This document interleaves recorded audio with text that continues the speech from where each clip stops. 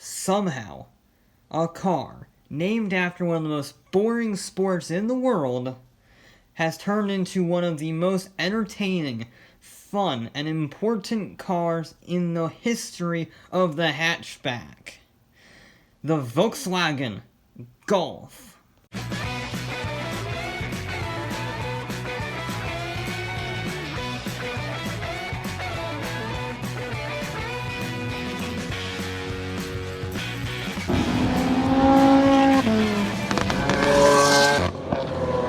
Like every Volkswagen in history, the Golf can trace its roots back to the Beetle.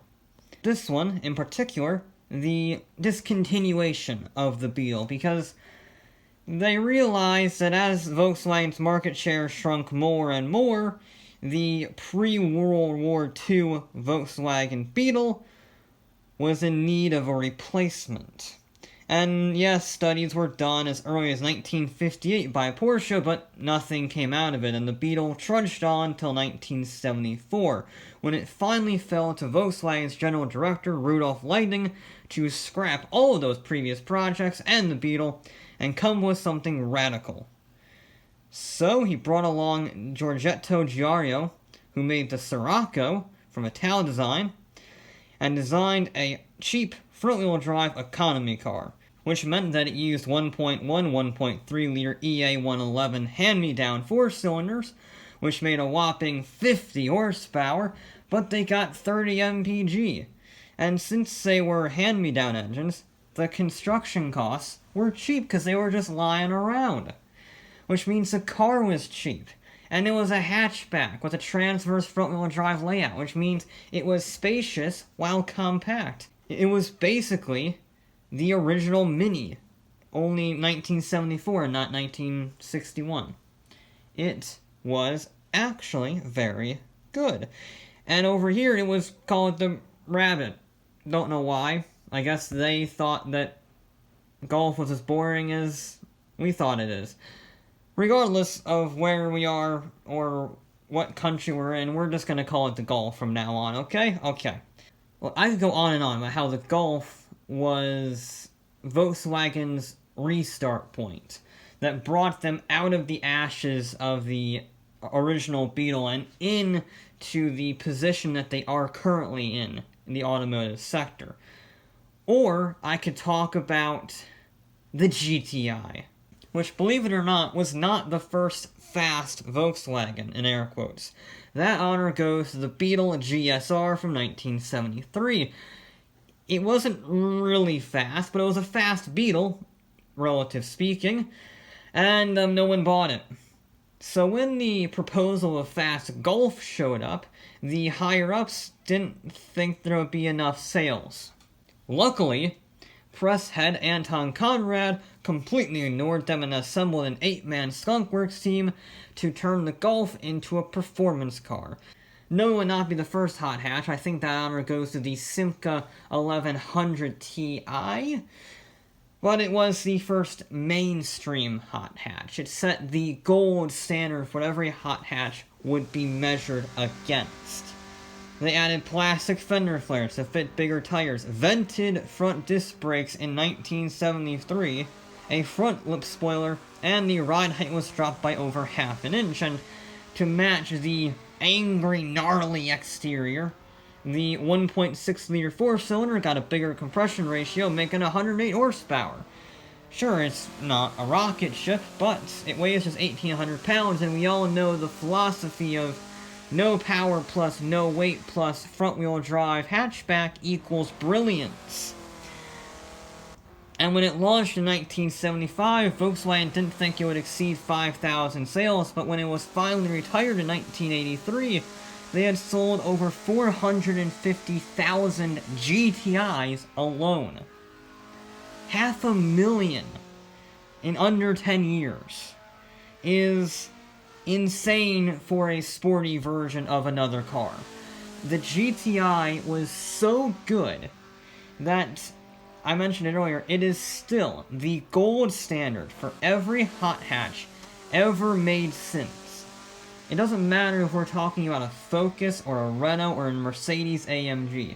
Whenever you think of those cars, you inadvertently, or advertently, doesn't matter, think of the original GTI. That is how important this car is. Of course, it's not actually the most extreme Mark I Golf.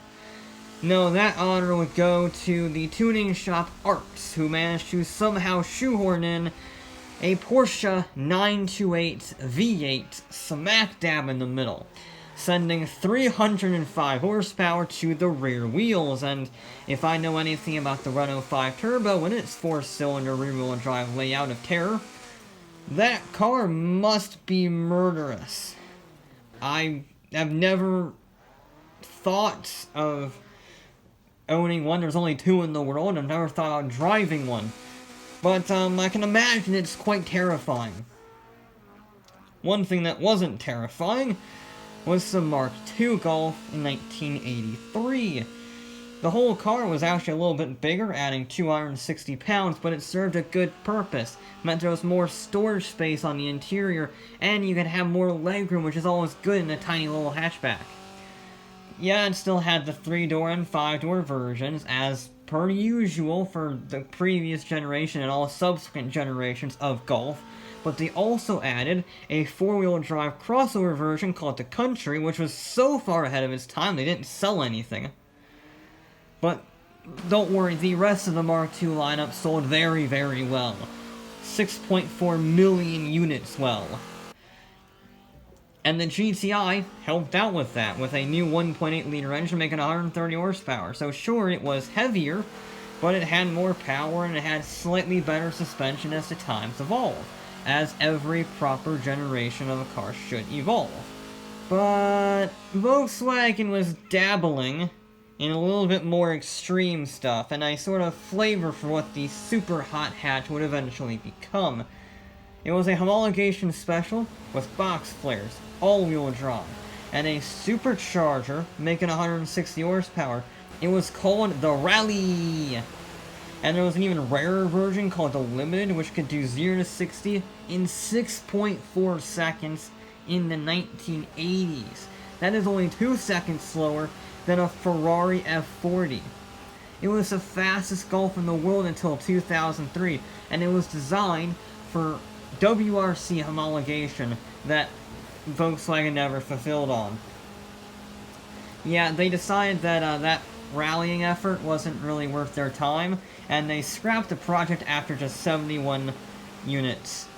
So it's one of the rarest Golfs in the world.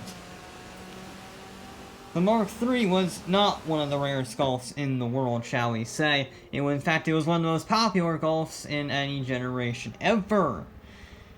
Because of a new estate version, which, come on, who doesn't love a estate car, much less when it's on the already brilliant Golf platform, which was also shared with the new Beetle, which isn't so brilliant. But regardless of how mediocre the new Beetle was, the Golf was very good, and it became the first Volkswagen to earn Car of the Year in 1992. And the GTI once again followed the same philosophy like the Porsche 911 and the Ford Mustang, not reinventing anything, just evolving with the times. Small power gains, handling improvements, just to make sure you stay ahead of the competition. We don't need to reinvent the wheel here. Of course, they did add the legendary VR6 engine, making 187 horsepower, so while I'm sure they didn't reinvent the wheel, they sure did speed it up. And I mentioned that this was a very popular version because there were over 26 special editions of the Mark III made. 26 different special editions is insane. But only one of them is the true specialist of the special editions. The A59. It was once again another concept for Volkswagen's WRC efforts that they never fulfilled on. These guys really need to go to counseling, because their commitments are awful. Regardless, the working prototype is brilliant. Carbon fiber bodywork, all-wheel drive, integrated roll cage, and a 275 horsepower turbocharged 4-cylinder. If only they made it into production, because that thing would have been a beast. But instead we got the Mark IV Golf. Which was a good vehicle, with new interior improvements while still being affordable, and it served as a launching point for the new Jetta sedan. The Mark IV was so good that it stayed on sale in Argentina and Brazil until 2010, which is 13 years after it was launched. That is a very long time for a single generation of production. The only thing that beat it was the actual original Beetle, which was also on sale in Brazil and Argentina until the 2000s. I mean, even Pope Benedict had a Golf Mark IV. And the GTI's VR6 now had 200 horsepower and 200 torque. This was a very good car. But it could be better. Thanks to the R32. No, not that one. That joke's been used to death. This one, the 3.2-liter VR6, making 240 horsepower to all four wheels. One of the first super hot hatches. You could have a 6-speed manual gearbox, or the world's first double clutch gearbox. Yeah, you would think like Ferrari or Porsche would introduce the double clutch, but no. Volkswagen hatchback. There you go. It worked, though. It could do the standing quarter mile faster than its 6-liter W12 Phaeton sibling. I mean, the R32 sold so well, it was even sold here in the US, which is rare that we actually get a good car from one of these European companies. It's bizarre, and we got it, and it's a great car. The Mark V, well, that one was a little bit more controversial, shall we say. You see, a lot of people weren't happy about it. The styling got a lot more bubbly, the weight increased to 3,600 pounds, and it was very strange in the engine department. You could have a 2-liter gas or diesel version making 170 horsepower, or you could have a new TSI engine which had a turbocharger and a supercharger to increase fuel savings and horsepower, or you could go with the hybrid prototype in 2008. There were a lot of engine options for this thing, and it was very confusing for some buyers. Meanwhile, the GTI, was not so lucky. The VR6 that it had was ditched in favor of a 2-liter 4-cylinder, unfortunately. Which, at least it made 200 horsepower, which is a little bit better. And the R32 came back with its VR6 and a new DSG gearbox, dropping shift time to just 8 milliseconds, which is incredibly fast for 2008. But nothing is really that special about it. There was an HPA tuning shop version where they bolted 2 turbochargers to the R32, making nearly 600 horsepower to all 4 wheels, and it could do 0 to 60 in 3.5 seconds. But that was a aftermarket tuner, not really Volkswagen. And Mark V Golfs are not really that special. At least production ones. Because, believe it or not, that HPA tuning one is not the fastest Mark V, and in order to properly understand this story, we have to travel to Austria at the GTI Fest. And every year, Volkswagen thanks their loyal fans by building a prototype to display at the event. And, well, they made a bonkers one. The bodywork is plastic, the roof is carbon fiber, and then things get even stranger. The front brakes are from an Audi RS4, but the rear brakes and the front axle are from a Lamborghini Gallardo. The rear axle and the center subframe are from an Audi R8, and the engine is a twin-turbocharged 6-liter W12 from a Continental GT in a Golf body, sort of. I mean, it's really a Lamborghini, an RS4, an R8, and a Bentley disguised as a Golf, but the fact of the matter is, it was a 650 horsepower, rear-wheel drive, mid-engine Golf that was 6 inches wider and 3 inches lower than a normal GTI. It could do 0 to 60 in 3.7 seconds at 202 miles an hour. Of course, you wouldn't want to own one. Not just because of the, rear-wheel drive, mid-engine, 650 horsepower, short wheelbase W12 monster, but the paddle shifters, hazard lights, radio, and air conditioning are all fake because they made it in just 8 weeks. Guess they forgot about their due date on their homework assignment, but whatever. I already mentioned that the Mark V wasn't really that great, and the Mark VI, well, that followed the same philosophy. Almost everything was the same except for the ditching of the TSI engine, and it got a little bit more power in the GTI, got a little bit better handling. It isn't really that great, to be honest. The only notable thing was they replaced the aging R32 with a proper beast, simply called the R. The VR6 was sadly ditched in favor of a 2-liter turbo, making 270 horsepower, although the full-time all-wheel drive was still standard, and the DSG meant that it could do 0 to 60 in 5.5 seconds. It's now a proper super hot hatch, designed to battle the Focus RS and the Audi S1. It was a very, very good handling car. And the Mark VII, well, that was a return to form. While the Mark V and Mark VI were sort of mediocre, heavy, below-average Golfs, the Mark VII came back and made everything better again. Hallelujah!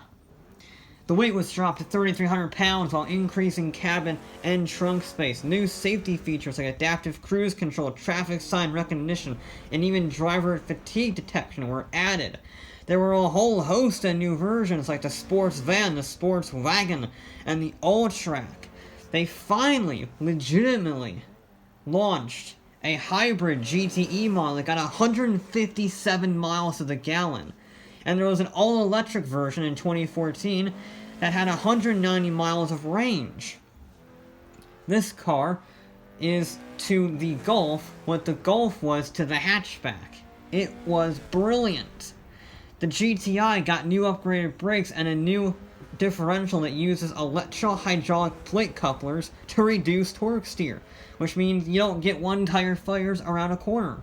And the engine now makes 228 horsepower. This thing is awesome. I love it. And the R was even better. 30 horsepower increase over the Mark 6R, a sub 5 second 0 to 60, and a 155 mile an hour top speed. I mean, when Volkswagen remapped the engine, not only did they increase the horsepower by the aforementioned 30, they also managed to decrease emissions by 18%. Probably.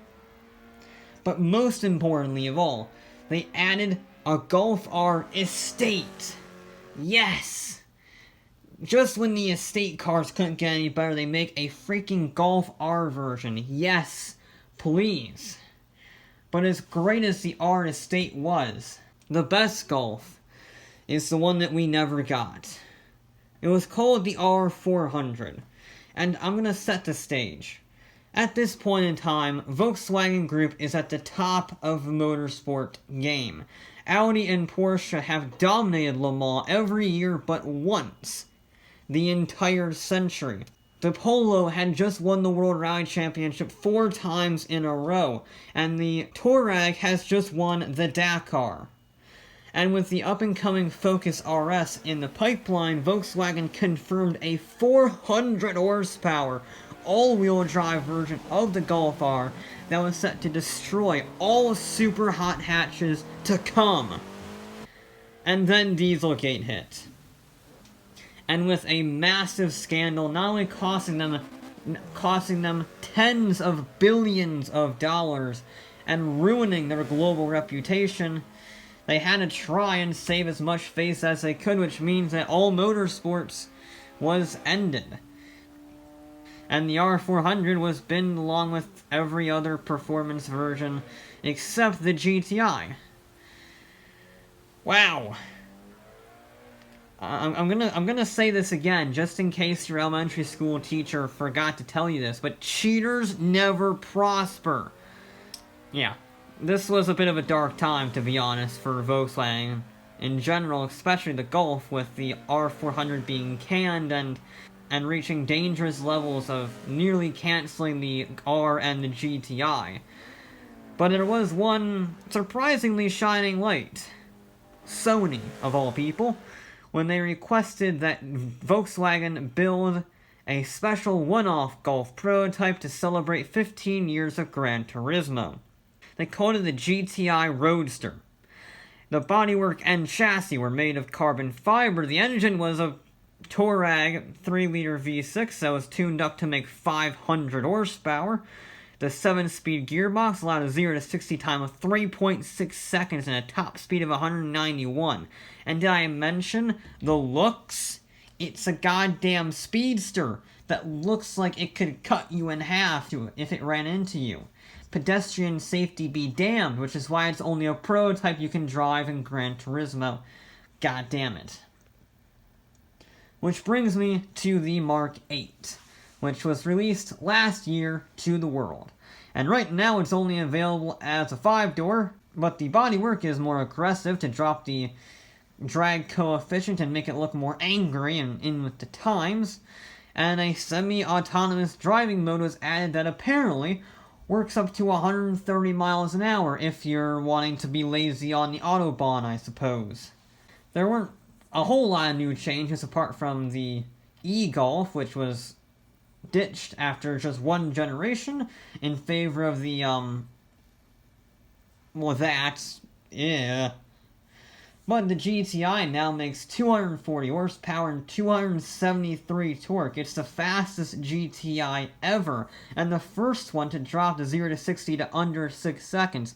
It is a phenomenal car, and like the Mark 7, it's a return to form for Volkswagen.